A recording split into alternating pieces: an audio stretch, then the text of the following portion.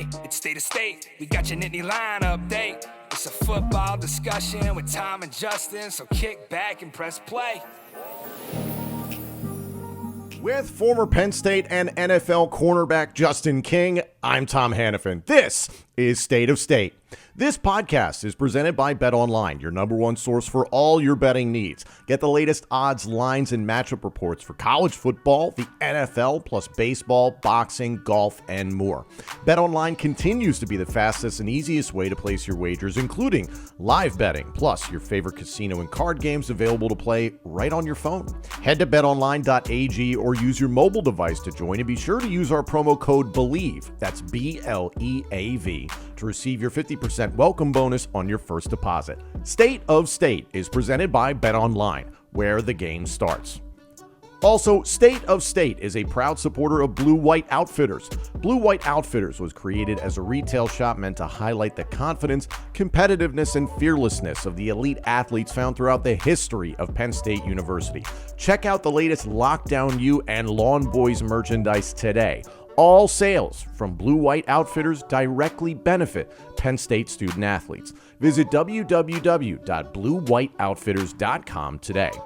And if you're looking for the perfect beer for Penn State football season, we've got you covered with the State IPA. Special thanks to our friends at Funk Brewing for creating the best tailgate and game day beer for Nittany Lion fans. State IPA is available now at beer distributors, grocery stores, Funk's tap rooms, plus select bars and restaurants. Visit www.funkbrewing.com/beers/state-IPA to learn where and how you can get State IPA. Check out the link in the description of this podcast for more information. Must be 21 years or older to purchase. Please drink responsibly.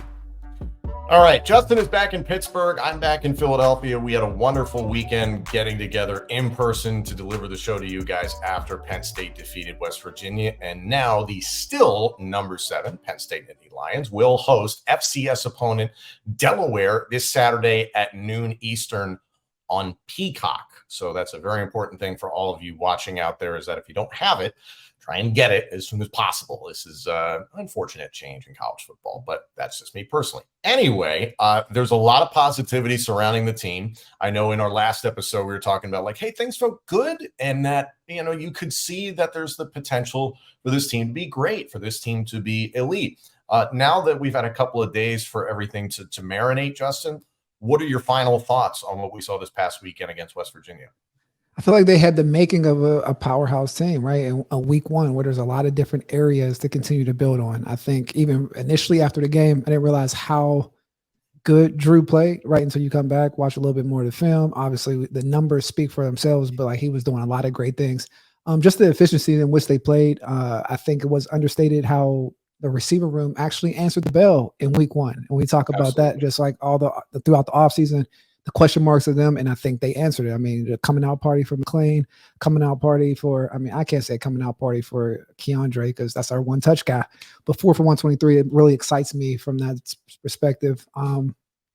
Obviously, we talked about Drew Allar, but Bro Pabula, he was impressive. I didn't realize he was that big. I didn't realize he was that athletic. A lot of different things with him. And so like the question marks on the offensive side were answered. Obviously, we talked about a little bit of the leaky defense, the leaky run defense, all those different things. And even that, you would like to see that put to a point and looking on more on the dominant side. I felt, Curtis Jacobs, he really had a very instinctual, dominant performance out there.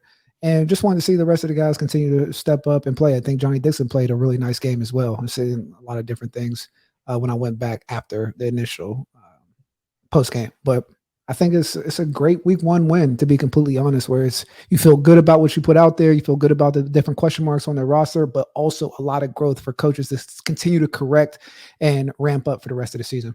Mm-hmm. We're recording this on Tuesday. This episode will come out on Wednesday, the 6th of this week, leading up to Delaware. So earlier on yesterday, for those watching and listening, James Franklin had his usual press conference, just kind of recapping the West Virginia game, answering questions, and then looking ahead briefly to Delaware. And I think it's very interesting, some of the names that you just brought up. Bo Prabula, there were questions asked about him in terms of what James Franklin and the rest of the coaching staff like about his game, and that he is compared to Trace McSorley and like a bigger version of Trace. Similarities in terms of personality, quiet guys who just want to go out there and compete, do all the hard work, everything that you remember about Trace. It sounds like that is very similar to Bo. But the thing that I took away from the press conference, because you mentioned Malik McClain, and then Katron Allen also came up as well, is that James Franklin was very specific to point out Malik McClain and Katron Allen early in his press conference to highlight them, because they were not, offensive player of the game, defensive player of the game, special teams player of the game. Like, he wanted to highlight them. And I thought it was really interesting because Malik did a lot on special teams. He obviously had the touchdown catch late there in the second half. And Katron, while he got out there and he did his thing, I think had 10 carries, didn't get a score, but had a nice day on the ground. What I felt, Justin, and correct me if I'm wrong on this, is that this seemed like two guys that the program really likes and really wants to keep. And it felt like, to a degree, James Franklin giving them their flowers publicly to continue to be like, hey, there's more coming. And I don't know. I don't want to say placating, but also almost using that press conference as a chance to say, hey, Malik, Katron, we got you. You guys are doing great things. We care about you. And I think he said we love you at one point. No, I think that's a great point. I mean, in the new age of college football, I think talent management is something that needs to be paid attention to, especially how you manage your roster. And on top of that, I think those guys had a very productive days as well. And so, like, I think the praise isn't coming from a fake place. And even when you draw the comparisons with Bo Prabula and Trace, he kind of reminds me more of a Tommy Stevens that can throw the ball a little bit, right? When you talk about that bigger package that is like a little twitchy, can run, do all those different things. And especially, I mean, I've always been a fan of Katron Allen, just the way he runs. Both of them are my style of running backs, but the way that he ran, like 10 carries for having 5 yards a clip, that's worth being praised if it's not put out there. And especially McClain as a transfer in, you have not outshined, but another receiver that kind of had the highlights of the game, but he had some very nice plays. So I think it's authentic to the talent management that comes with college coaches nowadays. Like, when you're battling against the transfer portal, NIL money, different places, and everyone's constantly evaluating your roster, you have to maintain some level of presence amongst these guys and keeping them, the juices flowing in a positive direction, right? Because we heard Derek when he was on, even when we were winning or doing different things, it's like they want their shine or their the ball in their hands. And just even with that being said, just a lot of promise from those positions, and I think they're going to be key contributors for the rest of the season. Completely agree. Quarterback Drew Allar was named Big Ten Offensive Player of the Week, which I know a lot of people were probably looking at that Ohio State game to see how things played out between Ohio State and Indiana, both teams opening up Big Ten play, and starting quarterback Kyle McCord was good but not great. And then you look at Drew Allar, another guy who within the conference getting his first chance to be the guy, and Drew Allar was great. And I know in our post-game show, we were kind of like, it didn't feel like it, but like it felt obviously very good. And by the numbers, it feels fantastic, but just the flow of the game, it just didn't necessarily feel that way. And then when you think back on it, James Franklin was talking extensively in his press conference saying, he's like, we did exactly what we wanted to do offensively, and that he realized just how well Allar was playing. Yursich probably realized how well Allar was playing. And it was a situation where Franklin articulated is that he's not looking for one specific guy. He is looking for the open man, and he doesn't go for the quote unquote sexy route or the sexy play, meaning the route that would gain the most yards or go for a touchdown or whatever, the one that he likes to throw the most, none of that stuff. He goes where the open man is. And Allar was poised, calm, collected. Yes, definitely situations here where you want to see him eat the ball or throw it out of bounds, something like that, and has the ability to throw the ball in ways that other quarterbacks cannot. And that Franklin was articulating, saying like, hey, if you're rolling to your right and there's a crossing pattern, do not throw that ball across your body. And it's not to say that Drew Allar gets the green light to do that every time, but it's like, no, like he can pull off some of that stuff, which is crazy. It's really crazy. I think when you hit on an interesting point, especially when we talk about quarterbacks with elite arm talent. The one thing that always scares me with quarterbacks with elite arm talent is like, what do they want to do with that arm talent? They start to get a little undisciplined with the decision making, and sometimes even just how confident are they in the outside parameters? Because, growing up in high school football and different things, like you can lean on your arm to make big throws, make bad reads, and just kind of out throw the coverage or do whatever you need to do, force balls in there. And that comes with a level of confidence when you have that type of skill set. So I was very impressed, like even more going back and looking at his game. I remember that first, obviously we talked about that play action pass. I think at the beginning of the game, we had the stripe to Keandre. Just the way the whole play, right? The play action, reading the rush, extending the pocket, stepping up. But the one thing that I just wanted to bring attention to is you're talking about making those not simple passes, but the smart passes along throughout the game. But to be able to make that throw and the way he made that throw, it was like a 45-yard like bullet. Like on the move, like a bullet to Keandre. And I mean, I'm talking about didn't come probably above someone's chest and just kind of hit him. And like that type of arm talent you don't typically see mixed with decision-making, the movement in the pocket and all those different things. Reminded me a little bit of like a Ben Roethlisberger. I grew up in Pittsburgh, so seeing a big guy move around, extend the plays, and hit guys on the run. A lot of outside floods. We talked about the levels concept that Mike likes to run and different things of that nature from the offensive concepts. But I mean, he looks like he has a very deep bag when it comes to skill set and just moxie, staying in the pocket and moving around and extending plays. And for him to be his first starting game, essentially coming into the season, it's quite impressed. Extremely impressive, to the point that I'm trying to restrain my joy. Like I'm trying not to get ahead of myself, because Penn State fans will probably be like, we've been hurt before. But you just want to, take things one step at a time. But I guess that's what I'm trying to temper those expectations, not even temper those expectations, but something to rest on so you're not getting overconfident. Because, decision-making is a trait that is someone's personality. If he had bad decision-making skills or he was all over the place, it would have showed this week. I mean, night game, white stripe out, all those different things. Like that's when, if someone isn't built in or like have some poise to their game, that's when you would see bad decision making. Even when we talk about holding the ball a little bit, sometimes when he's holding the ball or even when he was throwing away, his arm talent gets him away with some of those different type of passes. Like when he threw it out of bounds and throwing it at, I forget what the running back was, but just throwing it high and out of bounds and not taking a sack. Those different type of things from my perspective is it creates, how can I say it? It creates a level of comfort in what you can do with your playbook, and especially when you're saying like hitting the open guy. And you've seen that with Keandre having 4 for 123. You have, I can't remember the numbers, but McClain having 7 for 72, I think. 7 for 72. And we barely mentioned them, right? So like just those type of like distribution skills with the talent level, it excites me, right? I don't think someone with that passing talent has come through Penn State, dare I say, since Daryl Clark, to be completely honest. When you talk about the package of being able to complete the throws, decision making, movement in the pocket, and making big plays. Daryl was a 2-time All Big Ten Offensive Player of the Year. I don't know if we've seen that. Even Trace, Trace was a great running quarterback. He had poise, he had moxie, and all these different things. But when it came to elite arm talent, he didn't have that. And we look at Sean Clifford. Sean Clifford actually had pretty decent arm talent, but sometimes his confidence and some of the erratic decision-making came in there, but like that moxie was there. So like those are the give and takes. He kind of has like a nice flow through his like his tank on the different attributes of a quarterback, which is incredible to see, especially when you talk about that decision-making being on point, and he plays with just a lot of poise where he's not moving in the pocket. He doesn't have happy feet. He's not seeing ghosts or anything of that nature. And for me, scares me as a defensive back, but I'm happy he's on our team.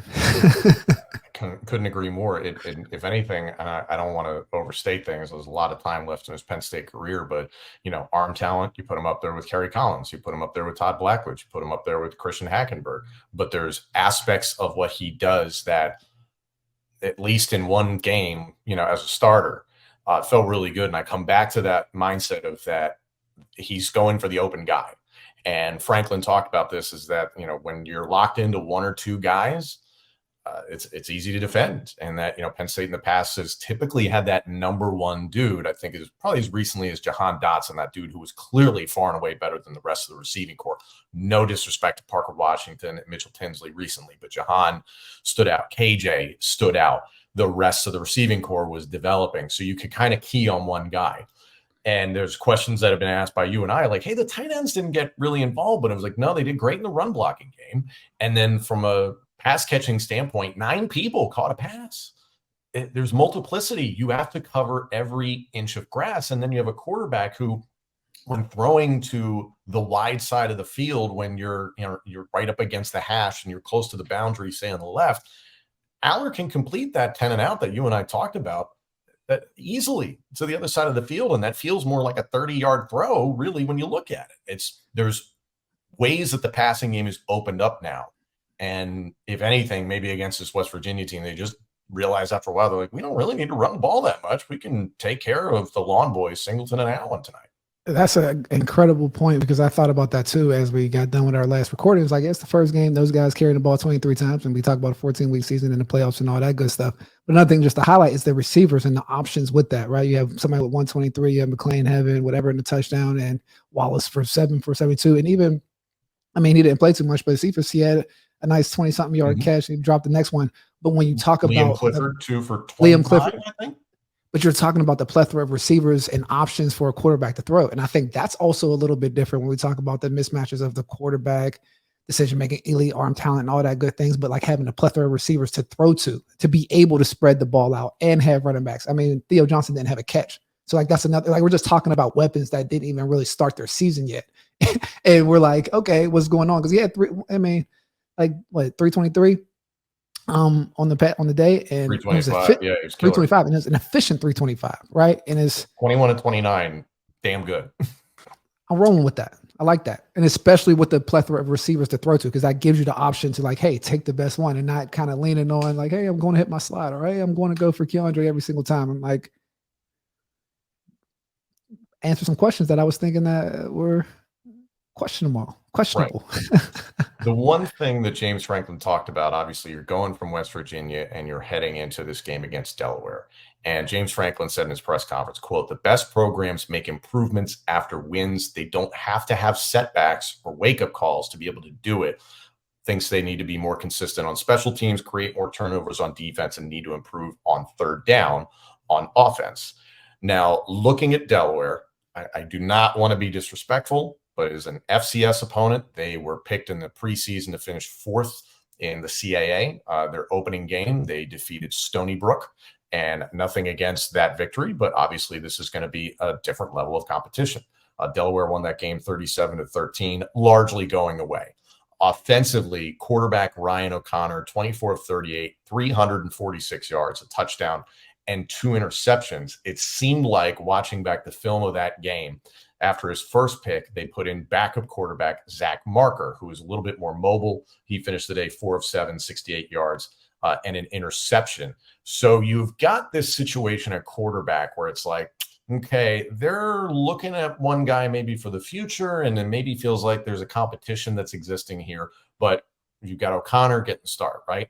What I saw in the film is Ryan O'Connor is a one-read quarterback, and that is the kiss of death against lockdown U. That is not a great situation. This is an RPO offense spreading out a lot of wide receivers. They have a fair amount of transfers that actually have come from Power 5 football. So it's not like they have slouches at wide receiver. There's guys that are going to be able to do some things. It's just a matter of the defense, the athleticism, the secondary you're about to go against. It's going to be very, very difficult for Delaware. And especially O'Connor had a lot of instances where he got locked on to one guy, and if it wasn't there, he started to take off. But against Penn State's defense, I do not expect him to be super mobile to the point that he's burning the Nittany Lions defense. This could be rough sledding for whomever is under center for Delaware this coming Saturday.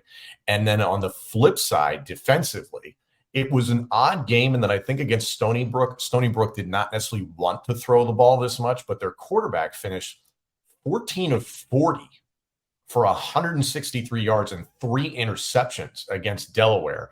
Watching it, there were some tip drill picks, But at the same time, that's a very impressive line to draw. And you know what that's all about as a defensive back is that, hey, if you can walk away with that sort of line from a quarterback, that's great. But it seemed like Stony Brook was coming from behind and had to throw the ball to try and stay in striking distance with Delaware, and were taken out of their game plan, essentially.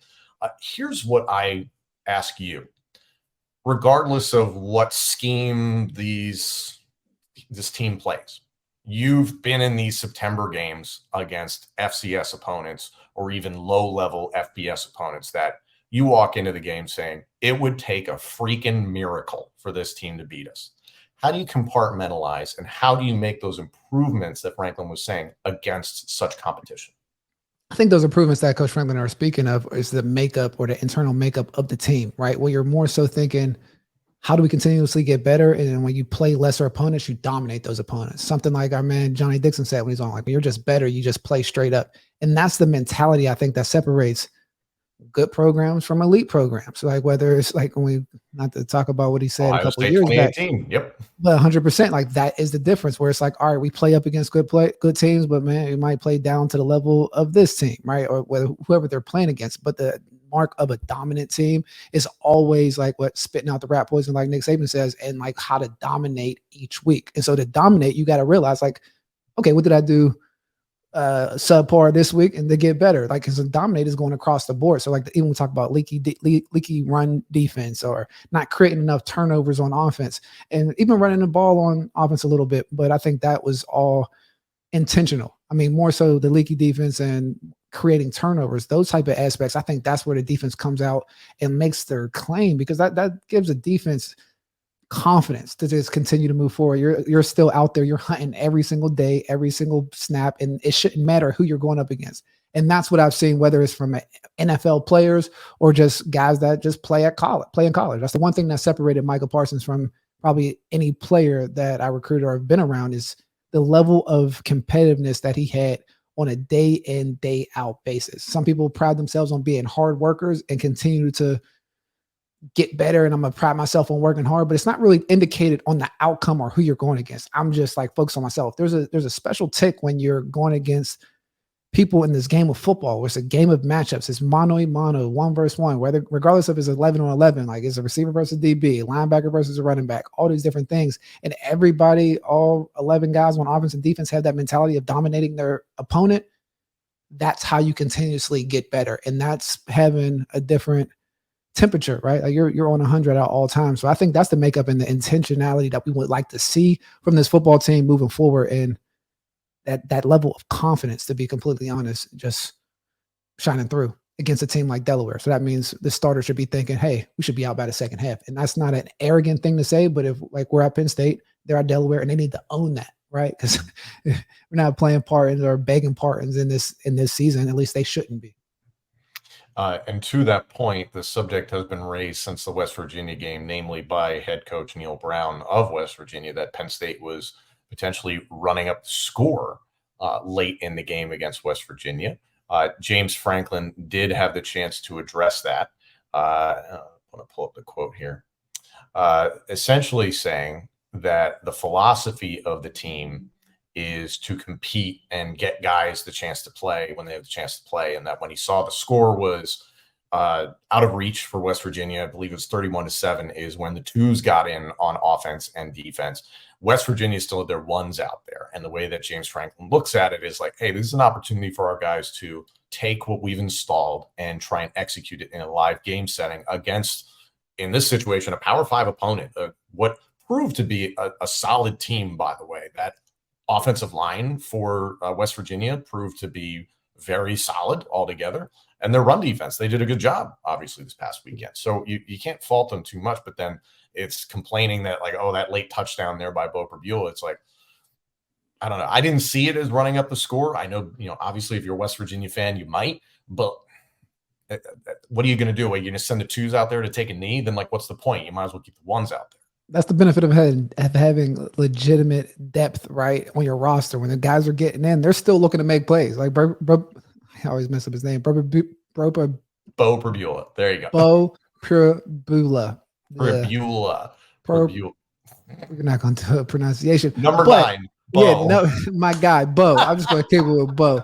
Bo, like when he steps in the game, like you could tell that he's a difference maker on the field, and you can't hold those type of guys back when it's time to get your shine, especially when, again, I hate to say it, transfer portal, everyone's out here to try to continue to boost up their resume. So if I'm a backup that's playing for Penn State and I get in a game against the ones, I'm trying to defeat that person because I'm still interviewing for my spot with the coaches. I'm still trying to maintain my leverage or where I'm at on this roster. So, I mean, for that standpoint, my thing to West Virginia fans is like, well, get some depth, right? So it's like, I mean, not even depth because they had their ones in, but at the same time, that's a marking of a good team that still has that mentality of finish them off. Because the last thing that you want to do is when you put your backups in and the team starts scoring touchdowns on you, you have to put your starters back in. Like that's when injuries happens and different things of that nature. So to see the backups come in and really finish the game, again, I think that's another check mark in that depth area, especially when you're talking about the longevity of the season. Penn State fans, Smack Apparel has the best gear for talking smack on game day. Head to smackapparel.com today and check out their Let There Be White tee for the whiteout game against Iowa at Beaver Stadium. Also, there's Drink Up, Roar On, Saturdays We Are, and you can still get a Save a Couch, Beat WVU shirt. If you're watching this on YouTube, scan the QR code on the screen to take you to the website instantly on your phone. Visit smackapparel.com and use our promo code STATE10 at checkout for 10% off your order. That's STATE10. Again, that's smackapparel.com, promo code STATE10 at checkout. Why wear boring when you can wear Smack? Are you looking for undeniably good hair and beard care? Then Maestro's Classic is perfect for you. Maestro's has beard washes, beard oils, beard butters, plus hair gels, pomades, and now body washes. It's one brand for every man. Visit maestrosclassic.com. That's MAESTROS classic.com and use our promo code STATE20. That's STATE20 at checkout for 20% off your order. Maestro's Classic, crafting a better you. James Franklin's exact quote, I found it here, quote, "My responsibility in those types of situations is to get my twos in the game. Once they're in, they deserve the right to play and compete. I believe that from the opening kick to the last whistle, you compete and you play. If you leave your ones in, that's a different story. When your twos go in the game, they get a limited amount of reps, both in practice and in the game." And he wanted to take advantage of those. So you make of that what you will in terms of if you're somebody who thinks he ran up the score. I genuinely don't think they did. There were some names that were brought up during the press conference, and it was something you and I talked about off air after our show on Saturday night. 3 notable players that were missing all on the defensive side of the ball: Daquan Hardy, Keziah Izzard, and Amin Vanover. It was clarified that they're not out for the year. James Franklin did not elaborate on what their medical status or eligibility status is for the game. But he did go on to elaborate something specifically with the defense. Obviously, Daquan Hardy did not play against West Virginia, but he elaborated on what he expects for the nickel package for Penn State, especially with Cam Miller. He said, quote, "Cam Miller's role will continue to grow. We didn't play a whole lot of nickel versus West Virginia. The absence of Daquan Hardy, I imagine, playing a part in that." Franklin went on to say, quote, "If we go into that, Johnny Dixon will move to the nickel corner and Cam Miller will be in that package as well. Cam is that guy who's showing up a lot of different ways, and he maximizes his time both on and off the field very well." From a defensive back's perspective, you go into a nickel package, Johnny Dixon, typically a boundary corner, now potentially moving to a slot corner. Cam Miller, I am assuming coming in as the backside boundary corner. In your words, how does that change the way Penn State plays defensively? I mean, it's interesting, right? Playing corner and then moving inside, I think, is a tough thing to ask, but that shows the confidence and the ability of Johnny Dixon at that point. Like when you first say that, I'm like, well, that's a pretty good bump up in your draft stock when you can play outside and inside at a high level and in Power 5. So, I mean, Johnny's a playmaker, a football player. I mean, we saw the different plays on the fade routes that he has a natural inclination of finding the ball, getting in phase, and doing what DBs do. So with that being said, it's a tough situation to fall into without having a bunch of reps at nickel. But I just like the confidence and there's the skill ability across the board. I mean, I've heard great things about Cam Miller as well on the outside, but when you want to have a younger DB step in, you want him playing on the outside and not necessarily taking a nickel. You want that more advanced or a senior corner that to move inside and play that nickel position, because it's a very important position, football instincts and all those good things. And also the holes that show up when that position is not there can make the day pretty frustrating. Mm-hmm. It's also been raised that, Kalen King was quiet against West Virginia. It's like, yeah, because they didn't go at him. Like you said it yourself, and you're wearing Kalen King's Blue White Outfitters jersey, part of Lockdown U right now. Kalen, you said it on the post show, they didn't go after him very much. I mean, and most people won't, right? I think until you get to like Ohio State or Iowa, some games like that where they're just going to be like, hey, let's see what he's made of. But I think he's ready for it. I think he's one of the, from being around a lot of different DBs and corners, he's one of those guys that's wired a little different, like in the sense of ultra competitive, and he has a elite competitive nature and confidence in himself. So I would push my chips on him, like I like to say. Against West Virginia, James Franklin said that, especially staying with the defense, that the defensive ends got put in a lot of situations where there were probably one, maybe two tight ends chipping them, and it made it a little bit more difficult for them to do their thing, to get a lot of pressure. And he did say, yeah, I'd like to see guys like Adisa and Chop Deny get in there and be a little bit more aggressive. I expect almost a Jekyll and Hyde situation that, hey, they're a little quiet against West Virginia. I think it's going to be very different against Delaware. Like I said, Ryan O'Connor is a quarterback who holds the ball and makes one read, and then he tries to take off and make something happen, and he can throw into traffic a lot. So, you're probably going to see some turnovers, which is something James Franklin wants to see, but you're probably anticipating against this level of competition. And then if you're a defensive end, even if you get chipped by FCS tight ends, shouldn't matter all that much. In regard to the defensive line, both ends and tackles, what do you need to see this weekend, and who do you need to see it from?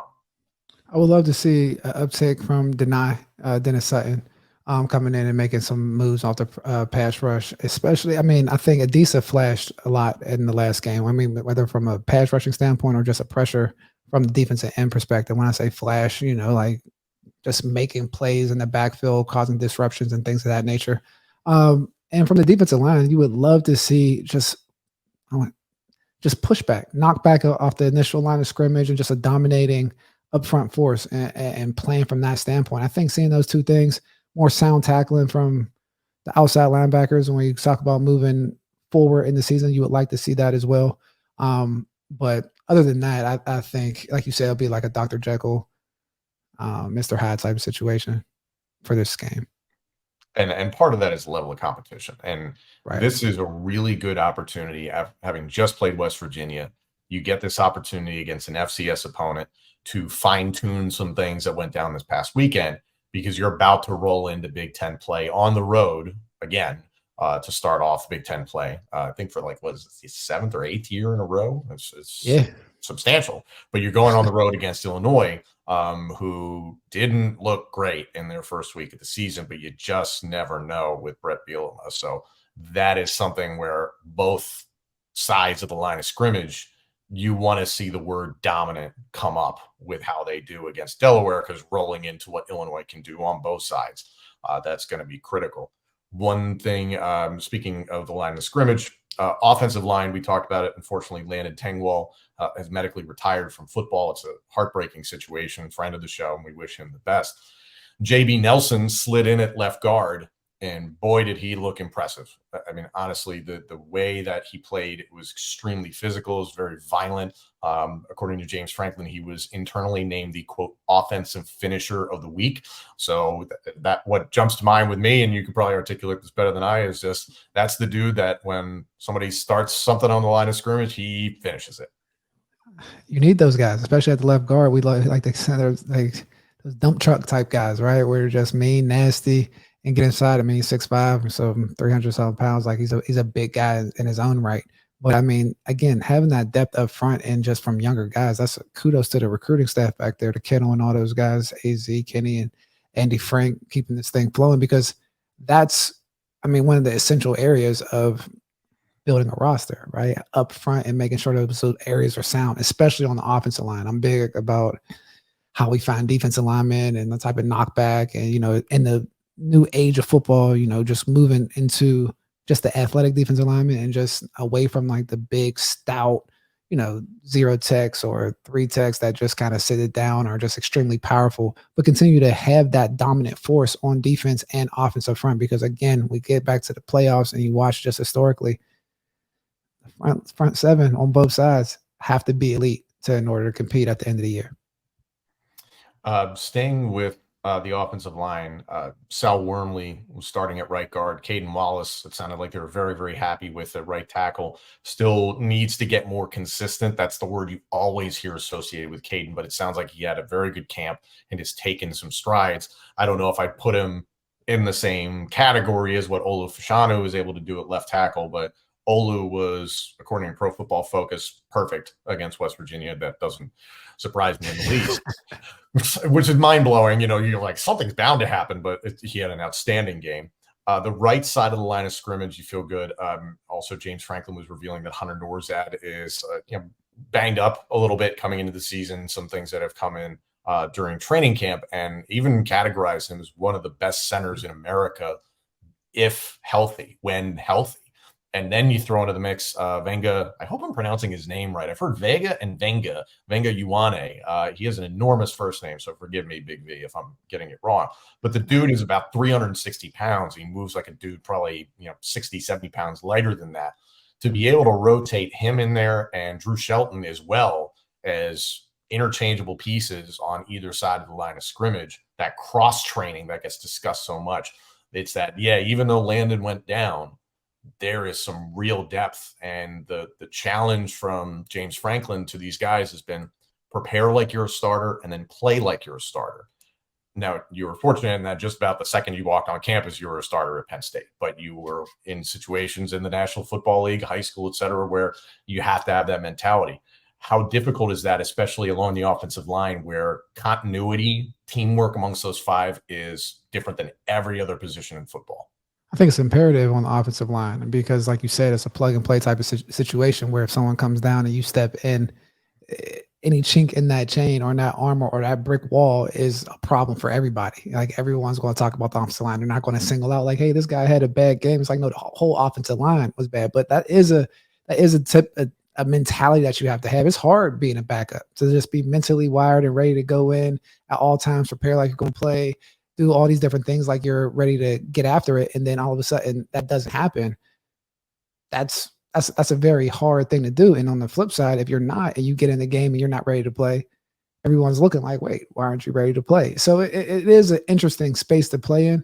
But again, when we talk about the mentality of a team or just always being on that dominant force or always trying to get better or crush your opponent, I mean, they should be licking their chops to like, hopefully I do get it and be ready to perform when they get in. Like Mike Tomlin says from Steelers, like the standard is the standard. And so like that should be the case amongst the recruiting staff and what they're bringing in from the offensive line, defensive line. That's from the coaching and how they bring people in. Like there should be a standard of the type of players that are even able to participate in these units. Like that's how I feel about it, right? When you talk about building a roster to run and make it to the playoffs in college football. Mm-hmm. Before I forget about him, we were talking about the defense before. Abdul Carter. James Franklin said in his press conference that Abdul flashed, quote, maybe didn't have the same type of production on the stat sheet as he has in the past, but he allowed us to do a lot of things, and you'll see his production continue to elevate. What did you see from Abdul against West Virginia that maybe left fans saying, hey, Abdul was quiet and not his dominant self that we got used to? I think we saw a few missed tackles, running past some guys. It seemed a little out of control when he was coming to balance or getting ready to make plays. Obviously, he runs around. He's a big, fast guy. But I think last year there was a lot more efficient read, diagnose, making contact with the ball carrier, different things of that nature, making plays in the open field. He had a nice play, TFL, I think, in the backfield and the sack and different things of that nature. But just the impact that he had in the game from just even being there on the sidelines, it was like, the lack of production did pique my interest of like, okay, what's going on here? Because there were just certain plays that as a top linebacker that I've seen from playing with top linebackers, recruiting top linebackers that I expect them to make. And man, sometimes that's expectations that are placed externally, but at the same time, like I saw a PFF or some grading things that came out that were saying he did this, the pass rush. I have a different relationship with PFF. I know how all the different stats come in. We had them, and I throw those out the garbage. Like there's a level of like what your eyes are seeing in the eye test that actually help into the impact of the game. So with that being said, I think the sky's still the limit from a skill standpoint, but you would like to see him tighten up some aspects of his game the next coming weeks.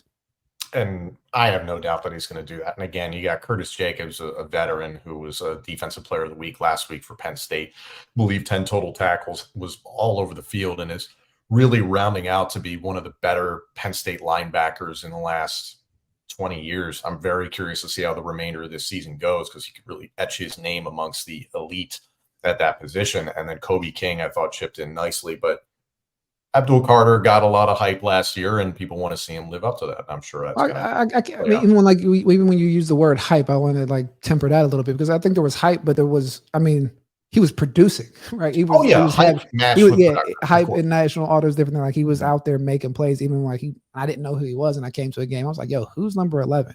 I don't know if I would have said that yesterday, besides like the different sizes and different things of that nature. But I mean, back to Curtis Jacobs. Just prior to the game, I talked to all my friends that are scouts and different things of that nature and getting their take. And he was somebody that jumped out on the screen for them and that they were excited to see as well. In regards to the kicking game, this is something that certainly bothered Penn State fans, and it was something that I said on the preview episode going into West Virginia. I was like, I hope this is figured out. Sanders Sahadak, rough day.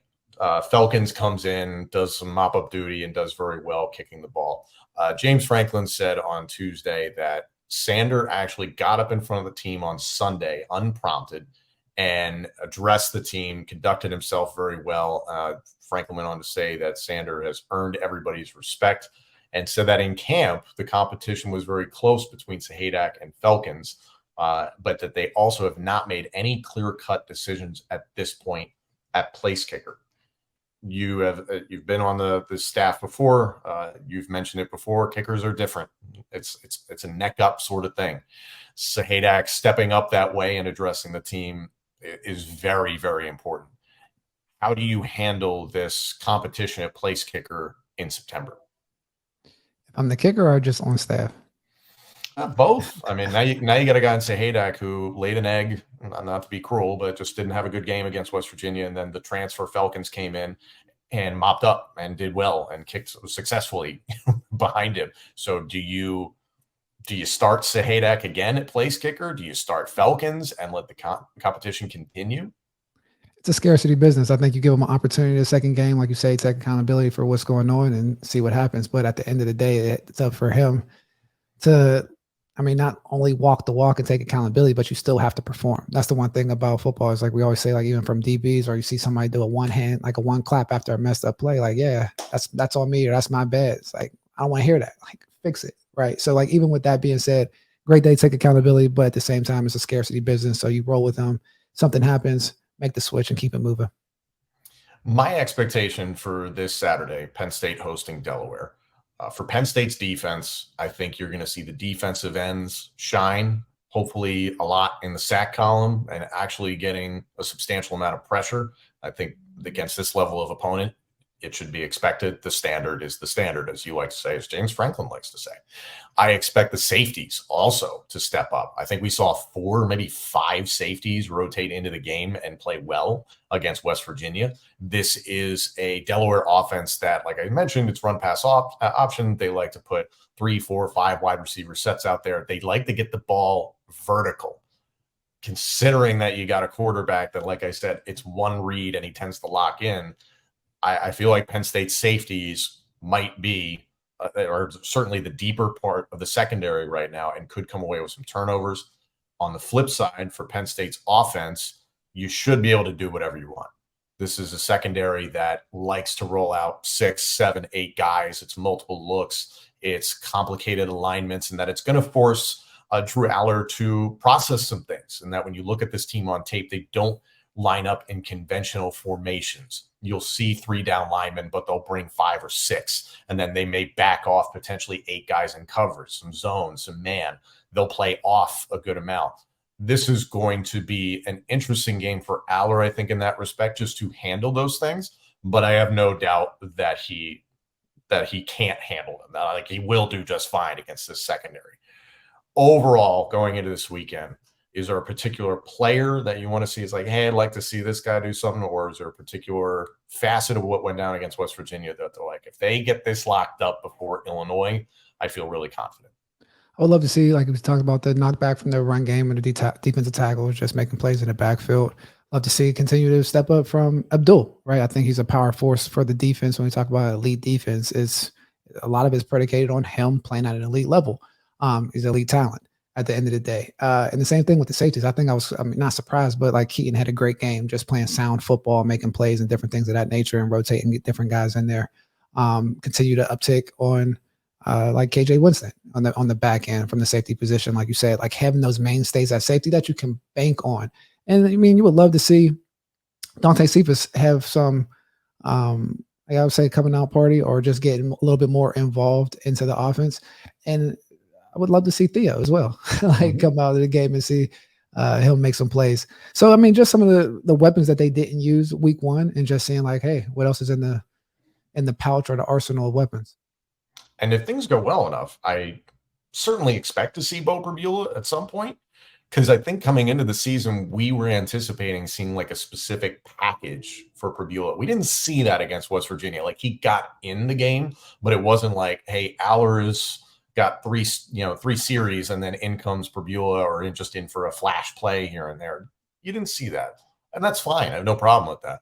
I want to see a little bit more Perbula, and hell, I'd like to see a little bit of Jackson Smolik, because it sounds like he had a good camp. So against this type of opponent, against a UMass in a number of weeks, these are the times where you can get really down there on the depth chart and see what guys have for the future.